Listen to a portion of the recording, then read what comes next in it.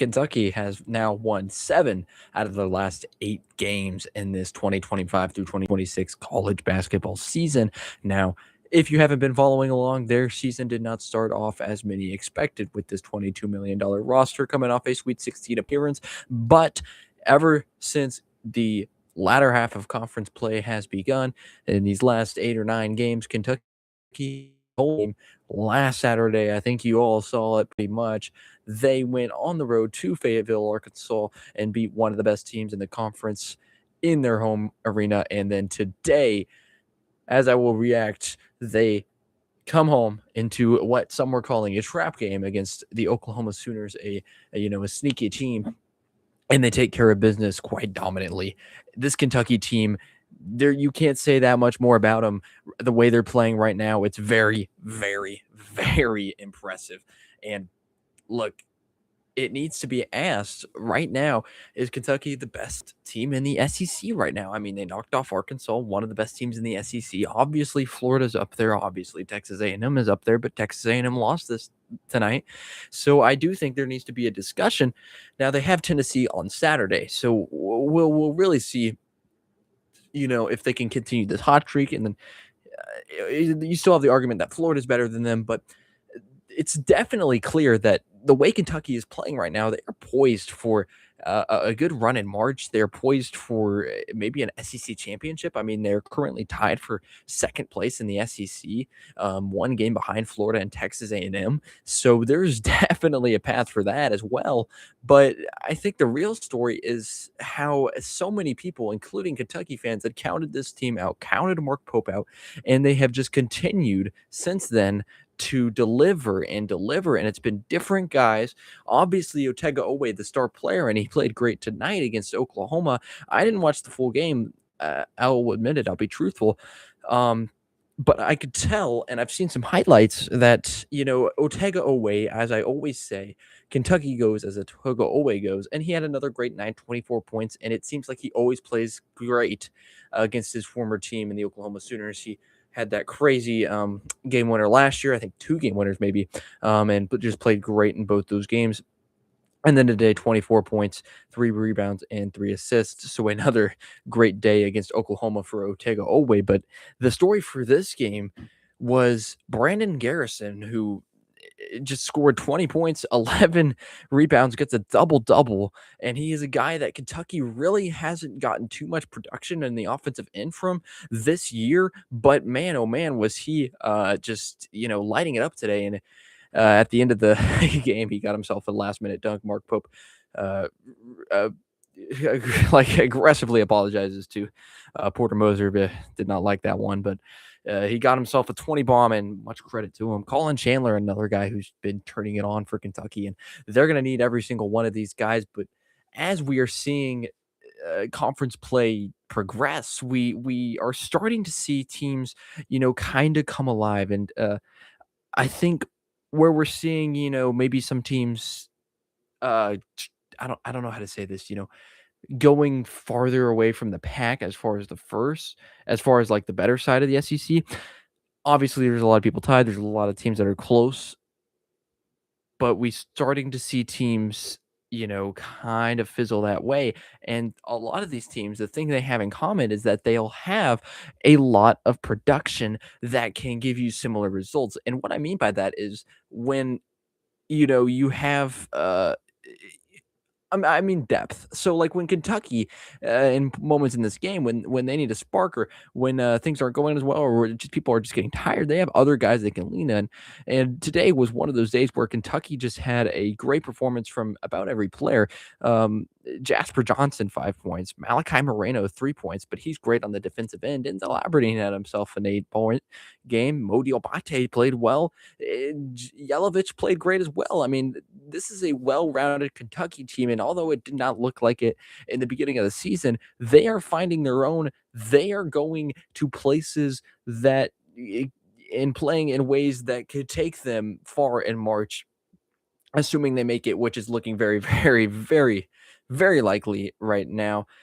But just a great win for Kentucky against Oklahoma. Like, guys, I can't stress to you enough, coming off that Arkansas win, just a huge win. Everyone's telling you you're the best. You're great, and you come back home, and then you get to play at home against your rival in Tennessee, and it's going to be a great game. We all know it. And you come into this game against Oklahoma, and you handle business. Now, yeah, it was the score says it was like a close game, but Kentucky controlled this game throughout. Let's be quite. Kentucky is a team that I think when they're playing their best can be the best team in the conference and can make a deep run in March. And guys, this is a Kentucky team that's injured. They don't have Jalen Lowe. They don't have Jaden Quintus. Now I don't know if Jaden Quintus is going to come back, and they don't have whatever. I can't Cam Catchings. I can't think of his name, but I think that's it. They are missing a lot of production, and it's unprecedented. And to think just a week ago when they went to Vanderbilt and got absolutely the brakes blown off of them, and we were saying, is Mark Pope built for this Kentucky job? Is this team even going to make the tournament? And now they're looking at just a whole different perspective. It's crazy the kind of roller coaster seasons you can have, roller coaster week by weeks you can have in the SEC, but that is just how it is. Kentucky improves to 16-7 on the year. And look, title of the video is Kentucky the best team in the SEC? Well, it's tough to say. It's tough to say because there is a team in Florida that is elite, and Tennessee is hot right now. Or great to beat them, so you can't really say that Arkansas is better than them.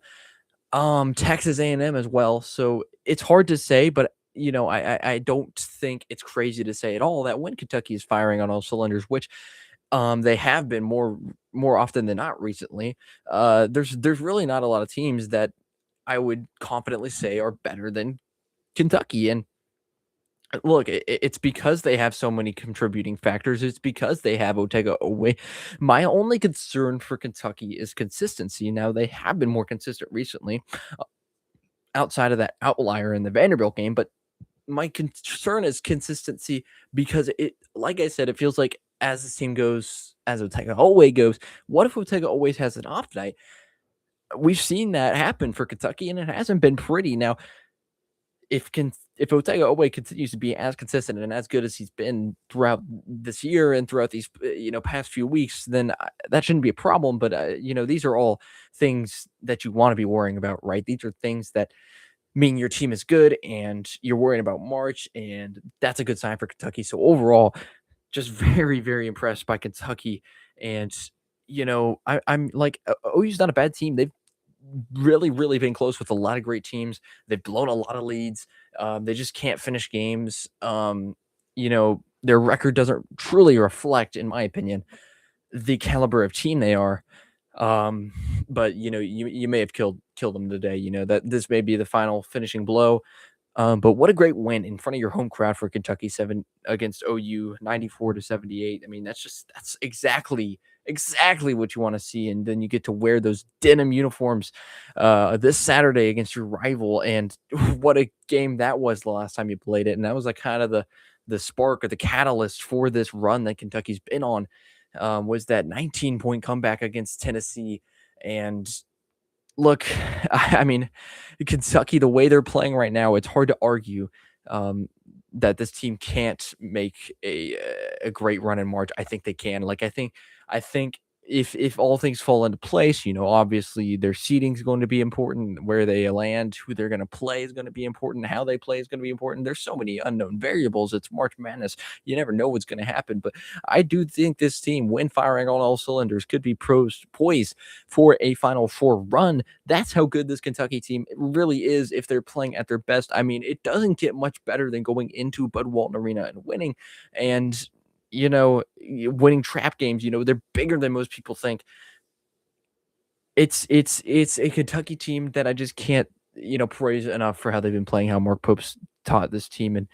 And everyone's waiting for them to just mess up, and they do. And, people harp on them, but they with games like this in Arkansas and hopefully Tennessee this weekend. So all credit to Kentucky. And Otega Owe, we need to talk about him just a little bit longer.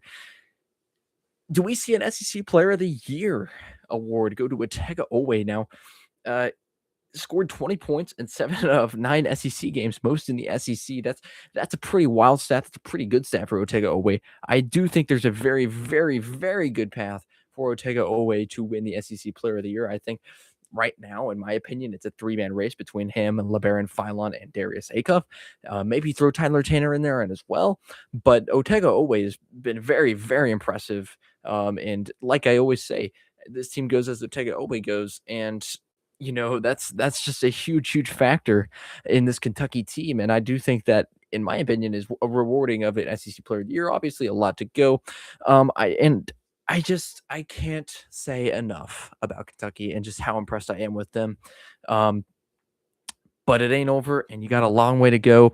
But at the end of the day, I do think this is a very good Kentucky team when it's all said and done. It's just crazy to run because I mean, I like I've said so many times already, just the narratives, the flipping. Kentucky's had to block it all out.